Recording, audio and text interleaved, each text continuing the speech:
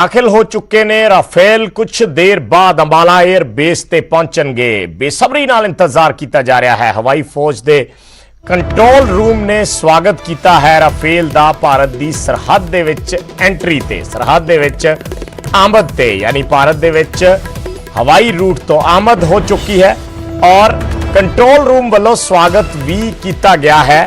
भारतीय सरहद च दाखिल होने ते हवाई फौज मुखी दी मौजूदगी च पानी नाल सलामी दी जानी है। अंबाला एयर बेस ते स्वागत दी तैयारियां पूरियां ने और अंबाला एयर बेस ते कुछ देर दे विच जदों लैंड करनगे राफेल तां वाटर कैनन दे नाल स्वागत किया जाएगा। सो ये भी अपने आप दे विच एक जैसचर हुंदा है जदों स्वागत किया जाता है। हवाई फौज दे विच खास करके वाटर कैनन का इस्तेमाल किया जाता है। साडे नाल मेहमान जुड़े हुए ने रवि किशन सर, तुहाडे तो इसकी इंपोर्टेंस जरूर जानना चाहूँगा। जिहड़ी वाटर कैनन का इस्तेमाल किया जाता है स्वागत करने दे लई, इसका सिंबल की है? ये सिंबल का मतलब है कि खुशी का मौका है। तो पहली बार जदों भी कोई अपने कोई इक्विपमेंट आती है तो ओदा जो वेलकम किया जाता, तो वेलकम तो रनवे के उत्ते करन लई उन्होंने दो तरफ तो वाटर कैनल्स डाल पा देंगे, उहदे नीचों जहाज टैक्सी करेगा तो वो वेलकम हो गया उन्होंने। जिदा तुसी ते बहुत बार देखिया होना सर इस तरीके का वेलकम पहले भी? नहीं, बड़ा घट मौके ते आंदा, क्योंकि जदों कोई नवा जहाज लैंदे है तो पहली बार जदों आंदा तो उसे टाइम हुंदा, बस उस तो बाद नहीं हुंदा। तो मैं भी पहला कदे देखा नहीं है। ठीक है, ट्रेडिशन है। ठीक है, तो आज इंतजार किया जा रहा है कि जदों जी जी जी जी जी जी ये एक तरीका है, जिवें जिवें साडे एक्सपर्ट दस रहे हैं कि तरीका है और बहुत रेयर हुंदा है, बहुत घट देखने दे विच आउंदा जदों इस तरीके नाल स्वागत किया जाता है। गौरव शुक्ला मेरे सहयोगी अंबाला तो जुड़े हुए ने, लगातार लाइव अपडेट्स साडे तक पहुंचा रहे हैं। गौरव, कुछ देर दे विच लैंडिंग होने वाली है। असीं जिक्र कर रहे सी साडे एक्सपर्ट्स दे नाल कि वाटर कैनन दे नाल स्वागत किया जाना है। सो किस तरीके की हिलजुल, किस तरीके दी तैयारियां, तस्वीरां अपने आस पास देख पा रहे हो तुसी? जी बिल्कुल विजय, मैं तुहानूं दसदा कि हलचल तो साफ तौर पर नज़र आती है। सानू अंदर लैके गए हैं मीडिया नूं, पहलां बिल्कुल बाहर रोकिया गया सी। हुण असीं तुहानूं कुछ अंदर दी तस्वीरां दिखा रहे हैं कि अंदर मीडिया नूं जिहड़ा लैके गए ने। ते तुहानूं दस दईए कि हो सकदा कि थोड़ी देर दे विच, क्योंकि कहा जा रहा है कि अगले कुछ मिनटां दे विच राफेल दी लैंडिंग हो सकती है, तो उस तो बाद जो ब्रीफिंग का जिक्र किया जा रहा सी, हो सकदा वो भी पॉसिबिलिटी हैगी है। क्योंकि हुण तक सिर्फ पुलिस हैंडल कर रही सी, सिर्फ अंबाला पुलिस दे नाल गलबात हो रही सी। हुण जो इस समय अपडेट निकल के सामने आया, हुण एयरफोर्स के जिहड़े जवान ने, तुसीं तस्वीरां 'च इस समय देख पा रहे हो, ये एक्सक्लूसिव तस्वीरां से तुहानूं दिखा रहे हैं। सब तो पहला न्यूज़ 18 के उत्ते यही इस समय अपडेट तुहानूं दस रहे हैं कि हिलजुल तो साफ तौर पर जिहड़ी नज़र आ रही है, क्योंकि सानू इस तो तकरीबन 500 तो 600 मीटर या तुसीं कह सकदे हो 1 किलोमीटर पिछे रोक लिया गया सी। इत्थे तक तो नहीं आण दिता जा रहा सी। मेरे बिल्कुल लैफ्ट बिल्कुल राइट तुसीं देखो जो तस्वीरां असीं दिखा रहे हैं, दोनों पासे एयरफोर्स स्टेशन है तो तुहानूं हुण नज़र आ रहा होगा कि एयरफोर्स दी जिप्सियां इत्थे साफ घुमदियां होईयां नज़र आ रही ने। जो मैं जिक्र कर रहा सी कि सवेर तो जो सानू पुलिस दे वल्लों हैंडल मीडिया दे नाल गलबात की जा रही सी, उत्थे DSP पहुंचे या होर अधिकारी जिहड़े पहुंचे सी, गलबात उस समय नहीं हो रही सी। पर इस समय मैं जिहड़ियां तस्वीरां तुहानूं दिखा रहे हैं एयरफोर्स दी, वेलकम टू अंबाला कैंट तुसीं उपर लिखिया होया देख रहे होवोगे। तो तस्वीरां दस्सण दे लई काफ़ी ने कि कुछ ना कुछ तो हलचल इस समय हो रही है। तो अगले कुछ ही देर दे विच हो सकदा कि जिहड़ियां होर तस्वीरां या ब्रीफिंग दे लई भी सानूं अंदर लिजाया जावे। तस्वीरां लगातार असीं तुहाडे तक पहुंचा रहे हैं। मैं तुहानूं ये भी अपडेट दे देवां कि इत्थों बिल्कुल एयरफोर्स स्टेशन शुरू हो जाता है। हालांकि सानू ये भी नाल ही ताकीद की गई है कि तुसी जूम करके लैफ्ट या राइट तुसी नहीं दिखाओगे, बिल्कुल स्ट्रेट तुसी दिखा सकते हो, उसका जिक्र कर सकते हो। पर बिल्कुल इत्थे जिहड़ी पेट्रोलिंग भी नाल, क्योंकि जिप्सियां पहलां बाहर तक आ रही सी ਥੋੜੀ ਦੇਰ ਬਾਅਦ ਪਰ ਹੁਣ ਤੁਸੀਂ ਕਹਿ ਸਕਦੇ ਹੋ ਕਿ ਟੋਟਲੀ ਜਿਹੜਾ ਕੰਟਰੋਲ ਹੈ ਉਹ 에ਅਰਫੋਰਸ ਵਾਲੇ ਸਟੇਸ਼ਨ ਦੇ ਵਿੱਚ ਹੈ, ਜਿਹੜਾ ਉੱਥੇ ਅਸੀਂ ਪਹੁੰਚੇ ਹੋਏ ਹਾਂ ਤੇ ਇੱਥੋਂ ਇਸ ਪੁਆਇੰਟ ਤੋਂ ਅੱਗੇ 에ਅਰਫੋਰਸ ਦੇ ਹੀ ਜਵਾਨ ਸਾਨੂੰ ਨਜ਼ਰ ਆ ਰਹੇ ਨੇ।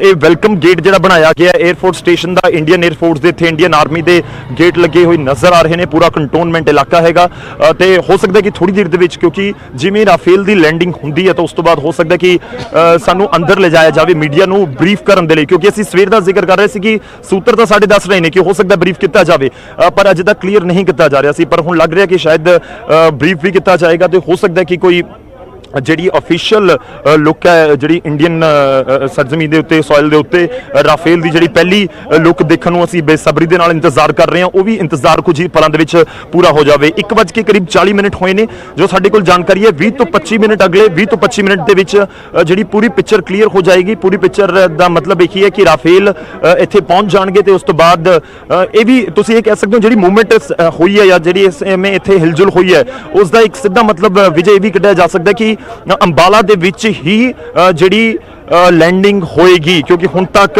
ਥੋੜੇ ਸੰਸ਼ੇ ਨਜ਼ਰ ਆ ਰਹੇ ਸੀ ਕਿ ਹੋ ਸਕਦਾ ਕਿ ਜੋਧਪੁਰ ਭੇਜ ਦਿੱਤੇ ਜਾਣ ਰਾਫੇਲ ਅੰਬਾਲਾ ਦੇ ਵੈਦਰ ਨੂੰ ਦੇਖਦੇ ਹੋਏ। ਖੈਰ ਵੈਦਰ ਬਿਲਕੁਲ ਕਲੀਅਰ ਹੈ, ਕੋਈ ਦਿੱਕਤ ਨਹੀਂ ਹੈ, ਧੁੱਪ ਹੋਈ ਹੈ ਤੇ ਜਿਵੇਂ ਮੂਵਮੈਂਟ ਇਸ ਸਮੇਂ ਨਜ਼ਰ ਆ ਰਹੀ ਹੈ ਤਾਂ ਮੂਵਮੈਂਟ ਦੇ ਨਾਲ ਤੁਸੀਂ ਕਹਿ ਸਕਦੇ ਹੋ ਕਿ ਅੰਬਾਲਾ ਦੇ ਵਿੱਚ ਹੀ ਲੈਂਡਿੰਗ ਹੋ ਰਹੀ ਹੈ। ਇਹ ਤਾਂ ਤਕਰੀਬਨ ਫਾਈਨਲ ਹੋ ਚੁੱਕਿਆ ਹੈ ਤੇ ਹੋ ਸਕਦਾ ਅਗਲੇ 20 ਤੋਂ 25 ਮਿੰਟ ਦੇ ਵਿੱਚ ਸਾਨੂੰ ਅਸਮਾਨ ਦੇ ਵਿੱਚ ਕੁਝ ਨਜ਼ਰ ਆਵੇ। ਹਾਲਾਂਕਿ ਸਾਨੂੰ ਉਹ ਵੀ ਕਿਹਾ ਗਿਆ ਕਿ ਤੁਸੀਂ ਵੀਡੀਓਗ੍ਰਾਫੀ ਨਹੀਂ ਕਰਨੀ, ਪਰ ਦੂਜੇ ਪਾਸੇ ਇਹ ਵੀ ਤੁਹਾਨੂੰ ਦੱਸ ਦਈਏ ਕਿ ਲਾਜ਼ਮੀ ਤੌਰ ਤੇ ਕਿਉਂਕਿ ਆਵਾਜ਼ ਦੇ ਜ਼ਰੀਏ ਪਤਾ ਲੱਗੇਗਾ ਕਿ ਇੱਥੇ ਰਾਫੇਲ ਪਹੁੰਚਦੇ ਨੇ ਤੇ ਅਸੀਂ ਤਸਵੀਰਾਂ ਤੁਹਾਨੂੰ ਦਿਖਾ ਰਹੇ। ਮੈਂ ਤੁਹਾਨੂੰ ਇੱਕ ਵਾਰੀ ਫਿਰ ਤੋਂ ਦਿਖਾ ਦਿੰਦਾ ਕਿ ਕਿਸ ਤਰੀਕੇ ਦੇ ਨਾਲ ਇੱਥੇ ਜਿਹੜਾ ਐਂਟਰੀ ਪੁਆਇੰਟ ਬਣਾਇਆ ਗਿਆ ਇੰਡੀਅਨ 에ਅਰਫੋਰਸ ਦਾ। ਇੱਕ ਪਾਸੇ ਤੁਹਾਨੂੰ ਬੋਰਡ ਨਜ਼ਰ ਆ ਰਿਹਾ ਹੋਵੇਗਾ ਤੇ ਇਸ ਬੋਰਡ ਦੇ ਦੂਸਰੇ ਪਾਸੇ ਜੇ ਉੱਪਰ ਦੇਖੋ ਤੁਸੀਂ ਤਾਂ ਵੈਲਕਮ ਟੂ ਅੰਬਾਲਾ ਕੈਂਟ ਲਿਖਿਆ ਹੈ ਕਿ ਕੰਟੋਨਮੈਂਟ ਇਲਾਕੇ ਦੇ ਵਿੱਚ ਵੈਲਕਮ ਦੇ ਲਈ ਇਹ ਪੂਰਾ ਜਿਹੜਾ ਇੱਥੋਂ ਪੂਰਾ ਮਿਲਟਰੀ ਦਾ ਏਰੀਆ ਸ਼ੁਰੂ ਹੋ ਜਾਂਦਾ ਹੈ। ਤੁਸੀਂ ਲੈਫਟ ਵਾਲੀ ਸਾਈਡ ਮੈਂ ਹੋਰ ਥੋੜਾ ਜਿਹਾ ਦੇਖਾਂ ਤਾਂ ਇੰਡੀਅਨ ਆਰਮੀ ਦਾ ਤੁਹਾਨੂੰ ਬੋਰਡ ਨਜ਼ਰ ਆਏਗਾ। ਇੱਥੇ ਟੈਂਕ ਜਿਹੜੇ ਖੜੇ ਹੋਏ ਨੇ ਉਹ ਵੀ ਤੁਹਾਨੂੰ ਨਜ਼ਰ ਆਣਗੇ।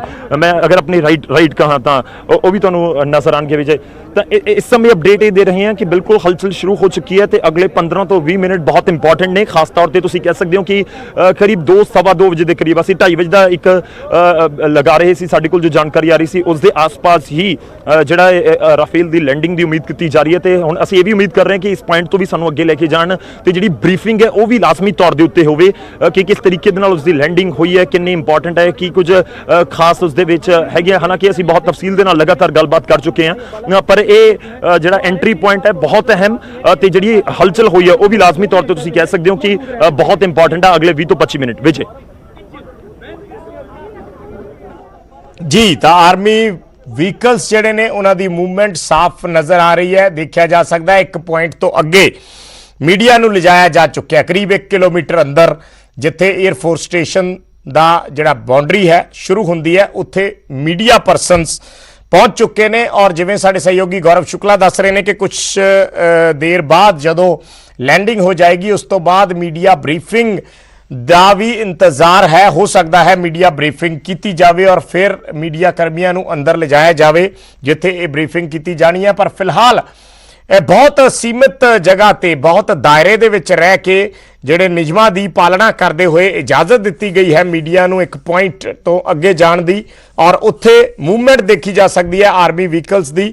ਜਿਵੇਂ ਗੌਰਵ ਸ਼ੁਕਲਾ ਦੱਸ ਰਹੇ ਨੇ 20 ਤੋਂ 25 ਮਿੰਟ ਦੇ ਵਿੱਚ ਰਾਫੇਲ ਲੈਂਡ ਕਰ ਜਾਣਗੇ ਅੰਬਾਲਾ 에ਅਰ ਬੇਸ ਤੇ। ਔਰ ਜੀ ਗੌਰਵ ਕੀ ਅਪਡੇਟ? ਅਪਡੇਟ ਹੈ ਇਸ ਸਮੇਂ ਜਿਹੜੇ 에ਅਰਫੋਰਸ ਦੇ ਕੁਝ ਅਧਿਕਾਰੀ ਬਾਹਰ ਦੇ ਵੱਲ ਵੱਧ ਰਹੇ ਨੇ, ਸ਼ਾਇਦ ਸਾਨੂੰ ਕੁਝ ਬਰੀਫ ਕਰਨ ਜਾਂ ਅਸੀਂ ਉਹਨਾਂ ਦੇ ਨਾਲ ਗੱਲਬਾਤ ਕਰਨ ਦੀ ਕੋਸ਼ਿਸ਼ ਕਰੀਏ। ਇਹ ਤਸਵੀਰਾਂ ਬਹੁਤ ਅਹਿਮ ਹੈਗੀਆਂ ਨੇ। ਅਸੀਂ ਕੋਸ਼ਿਸ਼ ਕਰ ਰਹੇ ਹਾਂ ਕਿ ਦਰਅਸਲ ਜਿੰਨਾ ਜਲਦੀ ਹੋ ਸਕੇ ਕਿ ਅਸੀਂ ਉਹਦੇ ਨਾਲ ਗੱਲਬਾਤ ਕਰ ਸਕੀਏ, ਪਰ ਸਾਨੂੰ ਜਿਹੜਾ ਪੁਆਇੰਟ ਕਿਹਾ ਗਿਆ ਤਾਂ ਲਾਜ਼ਮੀ ਤੌਰ ਤੇ ਅਸੀਂ ਉਸ ਪੁਆਇੰਟ ਤੋਂ ਅੱਗੇ ਨਹੀਂ ਜਾਵਾਂਗੇ। ਸਿਕਿਉਰਿਟੀ ਰੀਜ਼ਨਸ ਨੇ ਅਸੀਂ ਸਵੇਰ ਤੋਂ ਵੇਟ ਕੀਤਾ ਹੈ ਤੇ ਇਹ ਸ਼ਾਇਦ ਅੰਦਰ ਪਲੈਨਿੰਗ ਵੀ ਹੋ ਰਹੀ ਹੈ ਕਿ ਮੀਡੀਆ ਨੂੰ ਕਿੱਥੇ ਤੱਕ ਲਿਜਾਇਆ ਜਾਵੇ ਜਾਂ ਕਿਹੜੇ ਏਰੀਆ ਮੀਡੀਆ ਕਵਰ ਕਰ ਸਕਦਾ ਹੈ, ਕਿਸ ਤਰੀਕੇ ਨਾਲ ਅਸੀਂ ਤਸਵੀਰਾਂ ਦਿਖਾ ਸਕਦੇ ਹਾਂ। ਹੋ ਸਕਦਾ ਕਿ ਥੋੜਾ ਜਿਹਾ ਹੋਰ ਆ ਕੇ ਬਰੀਫ ਕੀਤਾ ਜਾਵੇ, ਪਰ ਨਹੀਂ ਜਿਹੜੀ ਅੰਬਾਲਾ ਪੁਲਿਸ ਦੇ ਅਧਿਕਾਰੀ ਹੈਗੇ ਨੇ ਉਹਨਾਂ ਦੇ ਨਾਲ ਹੀ ਗੱਲਬਾਤ ਇਸ ਸਮੇਂ ਕੀਤੀ ਜਾ ਰਹੀ ਹੈ। ਤੁਸੀਂ ਦੇਖ ਪਾ ਰਹੇ ਹੋਵੋਗੇ ਤਸਵੀਰਾਂ ਦੇ ਵਿੱਚ ਵਿਜੇ, ਜੇ ਮੈਂ ਜ਼ਿਕਰ ਕਰਾਂ ਤਾਂ ਇਹ ਤਸਵੀਰਾਂ ਤੁਸੀਂ ਦੇਖ ਰਹੇ ਹੋ ਕਿ ਇੰਡੀਅਨ 에ਅਰਫੋਰਸ ਦੇ ਜਿਹੜੇ ਜਵਾਨ ਨੇ ਉਹ ਵੀ ਉੱਥੇ ਹੈਗੇ ਨੇ। ਅੱਜ ਇੰਡੀਅਨ 에ਅਰਫੋਰਸ ਦਾ ਦਿਨ ਹੈ ਤੁਸੀਂ ਕਹਿ ਸਕਦੇ ਹੋ, ਕਿਉਂਕਿ ਪੂਰੇ ਦੇਸ਼ ਦੀ ਨਜ਼ਰ ਹੈ ਇਸ ਸਮੇਂ ਕਿ ਰਾਫੇਲ ਜਦੋਂ ਇੰਡੀਅਨ ਜ਼ਮੀਨ ਤੇ ਹੋਏਗਾ। ਹਾਲਾਂਕਿ ਅਸੀਂ ਰਾਫੇਲ ਦੀਆਂ ਸਪੈਸੀਫਿਕੇਸ਼ਨਸ ਤੋਂ ਲੈ ਕੇ ਹਰ ਚੀਜ਼ ਦਾ ਜ਼ਿਕਰ ਲਗਾਤਾਰ ਕਰ ਰਹੇ ਹਾਂ, ਪਰ ਇਸ ਵਿਚਾਲੇ ਸਵਾਲ ਇਹ ਵੀ ਹੈ ਕਿ ਜਦੋਂ ਇੰਡੀਅਨ ਸਰਜ਼ਮੀਨ ਤੇ ਹੋਏਗਾ ਤਾਂ ਫੀਲਿੰਗ ਲਾਜ਼ਮੀ ਤੌਰ ਤੇ ਇੱਕ ਅਲੱਗ ਹੋਏਗੀ ਤੇ ਜੋ ਅਸੀਂ ਜ਼ਿਕਰ ਜ਼ਿਕਰ ਕਰਦੇ ਹਾਂ ਕਿ ਅਸੀਂ ਪਾਕਿਸਤਾਨ ਦਾ ਜ਼ਿਕਰ ਕਰੀਏ, ਅੰਬਾਲਾ 에ਅਰਬੇਸ ਕਿਉਂ ਚੁਣਿਆ ਗਿਆ, ਚੀਨ ਇੱਥੋਂ ਜਿਹੜਾ ਡਿਸਟੈਂਸ ਹੈ ਉਸ ਤਰੀਕੇ ਦਾ ਹੈਗਾ ਕਿ ਕਿਸੇ ਵੀ ਥਾਂ ਦੇ ਉੱਤੇ ਮਾਰ ਕੀਤੀ ਜਾ ਸਕਦੀ ਹੈ। ਤਾਂ ਦੋਨੋਂ ਪੁਆਇੰਟਸ ਬਹੁਤ ਅਹਿਮ ਹੈਗੇ ਨੇ ਜਿਨ੍ਹਾਂ ਦਾ ਅਸੀਂ ਜ਼ਿਕਰ ਕਰ ਰਹੇ ਹਾਂ। ਵਿਜੇ ਲੱਗ ਰਿਹਾ ਕਿ ਉਹ ਜਿਹੜੇ 에ਅਰਫੋਰਸ ਦੇ ਅਧਿਕਾਰੀ ਆ ਰਹੇ ਸਨ ਉਹ ਫਿਲਹਾਲ ਵਾਪਸ ਗਏ ਨੇ। ਜਿਵੇਂ ਵਾਪਸ ਆਉਂਦੇ ਨੇ ਜਾਂ ਸਾਡੇ ਨਾਲ ਕੋਈ ਬਰੀਫਿੰਗ ਕੀਤੀ ਜਾਂਦੀ ਹੈ, ਸਾਡੇ ਨਾਲ ਕੋਈ ਗੱਲਬਾਤ ਕੀਤੀ ਜਾਂਦੀ ਹੈ, ਜੋ ਵੀ ਅਪਡੇਟ ਅਸੀਂ ਆਪਣੇ ਦਰਸ਼ਕਾਂ ਤੱਕ ਪਹੁੰਚਾਵਾਂਗੇ। ਵਿਜੇ। ਤੇ ਗੌਰਵ ਸ਼ੁਕਲਾ ਸਾਡੇ ਸਹਿਯੋਗੀ ਲਗਾਤਾਰ ਅਪਡੇਟਸ ਦੇ ਰਹੇ ਨੇ ਪਲ ਪਲ ਦੀ। ਮੀਡੀਆ ਨੂੰ ਕੁਝ ਇੱਕ ਪੁਆਇੰਟ ਜਿਹੜਾ ਹੈ ਅੱਗੇ ਲਿਜਾਇਆ ਗਿਆ ਹੈ। ਇਹ ਤਸਵੀਰਾਂ ਦੇ ਵਿੱਚ ਨਜ਼ਰ ਆ ਰਿਹਾ ਹੈ 에ਅਰ ਫੋਰਸ ਦੇ ਜਿਹੜੇ ਵਹੀਕਲਸ ਨੇ ਉਹਨਾਂ ਦੀ ਮੂਵਮੈਂਟ ਨਜ਼ਰ ਆ ਰਹੀ ਹੈ, ਆਰਮੀ ਵਹੀਕਲਸ ਨੇ ਉਹਨਾਂ ਦੀ ਮੂਵਮੈਂਟ ਨਜ਼ਰ ਆ ਰਹੀ ਹੈ। ਰਾਫੇਲ ਦੀਆਂ ਅਸੀਂ ਤਸਵੀਰਾਂ ਲਗਾਤਾਰ ਦਿਖਾ ਰਹੇ ਹਾਂ ਜਿੱਥੇ ਜਿੱਥੇ Indian naval warship Delta 63. Welcome to the Indian Ocean. Naval warship Delta 63, Arrow Leader, many thanks. Most reassuring to have an Indian warship guarding the seas. Arrow Leader Delta 63. May you touch the sky with glory. Happy landings. Delta 63, Arrow Leader, wish you fair winds. Happy hunting over and out.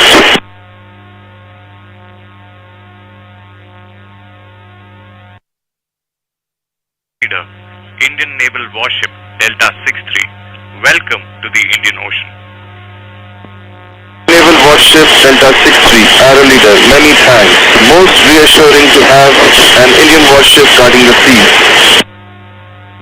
Arrow Leader Delta 63. May you touch the sky with glory. Happy landings. Delta 63, Arrow Leader, wish ਤਾਂ ਇਹ you control fair room winds. The Happy hunting. Audio ਹੈ ਜੋ ਅਸੀਂ ਤੁਹਾਨੂੰ ਸੁਣਾ ਰਹੇ ਹਾਂ। ਜਦੋਂ ਭਾਰਤੀ ਸਰਹੱਦ ਦੇ ਵਿੱਚ ਰਾਫੇਲ ਦਾਖਲ ਹੋਏ ਤਾਂ ਉਸ ਵੇਲੇ ਕੰਟਰੋਲ ਰੂਮ ਵੱਲੋਂ ਸਵਾਗਤ ਕੀਤਾ ਗਿਆ ਭਾਰਤੀ ਸਰਹੱਦ ਦੇ ਵਿੱਚ ਦਾਖਲ ਹੋਣ ਤੇ, ਔਰ ਜਵਾਬ ਉਹਨਾਂ ਵੱਲੋਂ ਦਿੱਤਾ ਗਿਆ। ਇਸ ਸਵਾਗਤ ਨੂੰ ਕਬੂਲ ਕੀਤਾ ਗਿਆ, ਧੰਨਵਾਦ ਕੀਤਾ ਗਿਆ। ਔਰ ਇਹ ਆਡੀਓ ਜਿਹੜੀ ਹੈ ਉਸ ਵੇਲੇ ਦੀ ਹੈ, ਕੁਝ ਦੇਰ ਪਹਿਲਾਂ ਦੀ, ਜਦੋਂ ਭਾਰਤੀ ਸਰਹੱਦ 'ਚ ਦਾਖਲ ਹੋਏ ਸੀ।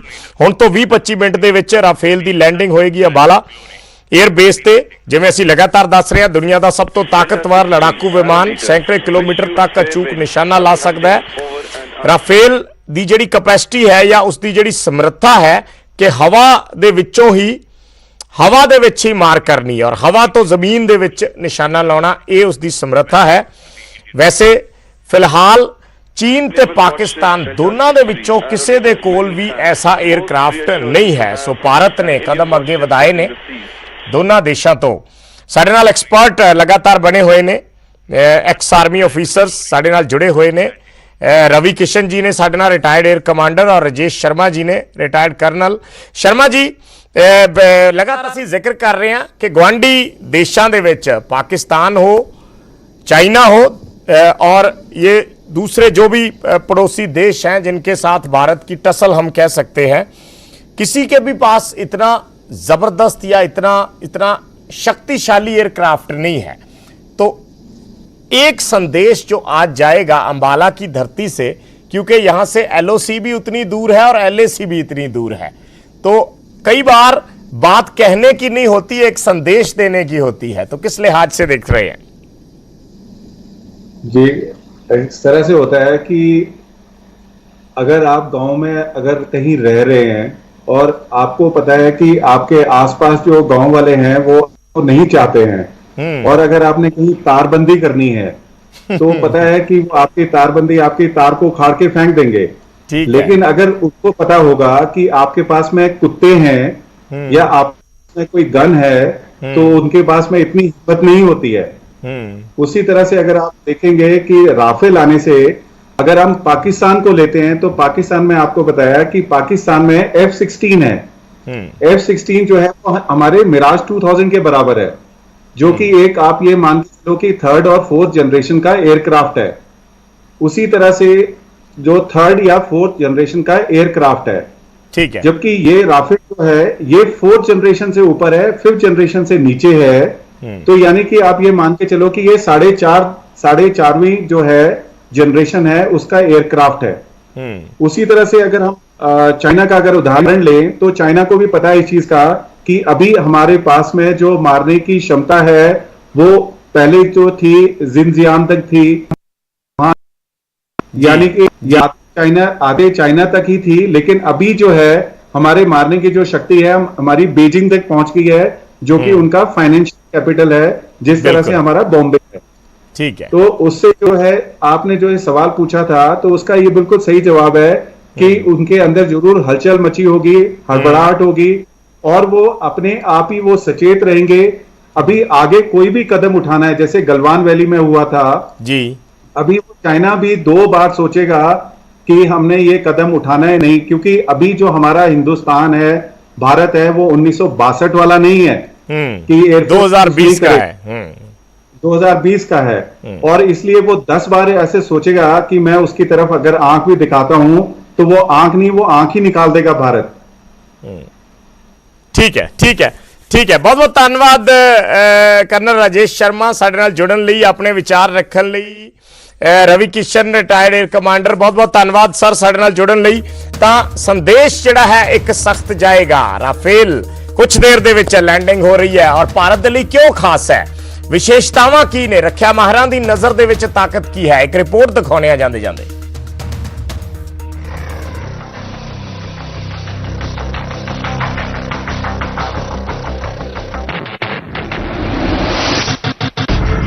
गगन में अपनी गरज और गड़गड़ाहट से दुश्मन को दहलाने वाले रफाल ने भारत के दुश्मनों की नींद उड़ा दी है। हर रोज भारत के खिलाफ साजिशों का जाल बुनने वाले चीन और पाकिस्तान रफाल के नाम से ही बेचैन हैं, क्योंकि ये दोनों देश जानते हैं कि मिलकर भी रफाल का मुकाबला नहीं किया जा सकता। आसमान में रफाल की ताकत के सामने इनके हर हथियार बेकार है।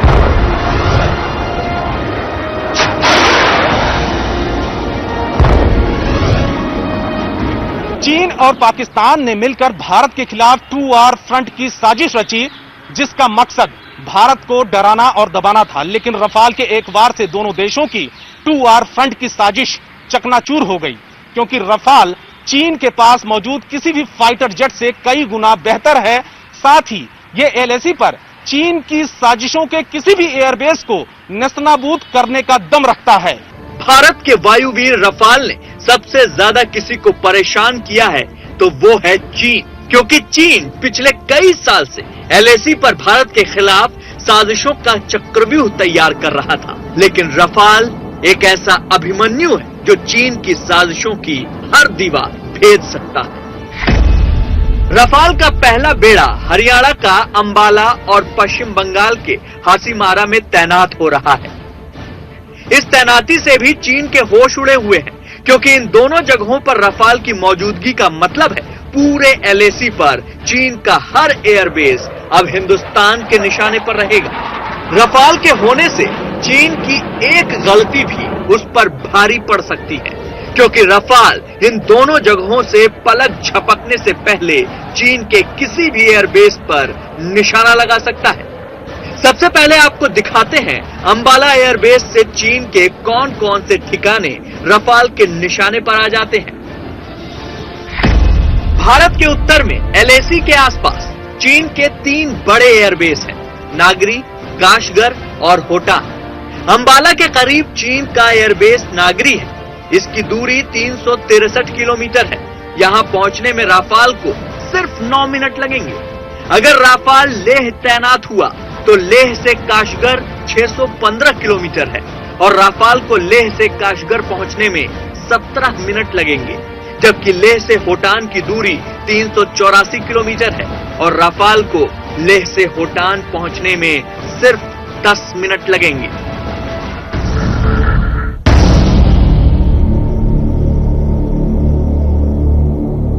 एलएसी पर चीन के हर एयरबेस तक राफाल की पहुंच ने चीन को सबसे ज्यादा परेशान कर रखा है, और बीजिंग तक राफाल के नाम की बेचैनी देखी जा सकती है।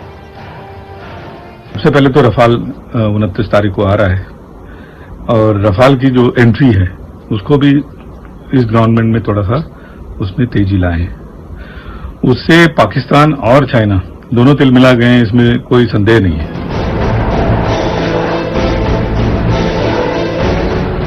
अंबाला के अलावा राफाल को पश्चिम बंगाल के हासीमारा में तैनात किया जा रहा है। इस जगह पर मौजूद राफाल एलएसी के पूर्वी हिस्से में चीन की हरकतों पर नजर रखेगा, क्योंकि इस इलाके में भी एलएसी के उस पार चीन ने कई एयरबेस बनाए हैं, लेकिन अब उसका हर एयरबेस राफाल की जद में रहेगा। तिब्बत में चीन का एक बड़ा एयरबेस लहासा में है, जिसकी दूरी हासीमारा से 364 किलोमीटर है। हासीमारा से लहासा में चीन के एयरबेस तक पहुंचने में राफाल को सिर्फ 9 मिनट लगेगा, जबकि इसी एयरबेस के करीब बने शिगात्से एयरबेस की दूरी हासीमारा से सिर्फ 293 किलोमीटर है। यहां तक पहुंचने में राफाल को सिर्फ 7 मिनट लगेगा। एलएसी पर पूर्वी इलाके के करीब चीन का एक और एयरबेस है गोंगर। इसकी दूरी 324 किलोमीटर है और यहां तक पहुंचने में राफाल को 8 मिनट लगेगा। भारत के लड़ाकू विमान का बेड़ा हासीमारा में होता है, लेकिन भारत ने अरुणाचल प्रदेश में कई ऑपरेशनल एयरबेस बना रखे हैं। भारत का एक ऑपरेशनल बेस असम के तेजपुर में है और दूसरा डिब्रूगढ़ के झाबुआ में। इस जगह के करीब चीन का नायांगची एयरबेस है। इसकी दूरी तेजपुर से 324 किलोमीटर है। यहां तक राफाल महज 8 मिनट में पहुंच जाएगा। इस तरह देखा जाए तो एलएसी के आसपास चीन के जितने भी एयरबेस हैं, वहां राफाल को पहुंचने में 10 मिनट से कम का ही वक्त लगेगा। इसके अलावा भी राफाल में बहुत सी ऐसी खूबियां हैं जिसने चीन के होश उड़ा रखे हैं। सबसे पहला खूबी जो है उसका जो वेपन ले जाता है, भले मिका मिसाइल हो, मीटियोर मिसाइल हो या हवा से जमीन पे मारने वाले स्कैल्प मिसाइल हो, इनके रेंज आज के तारीख में सबसे ज्यादा है। एलएसी पर भारत और चीन की भौगोलिक स्थिति भी कुछ ऐसी है जिसने चीन को डरा रखा है। भारत का राफाल एलएसी पर जैसे हालात हैं, उन्हें देखते हुए खास तौर पर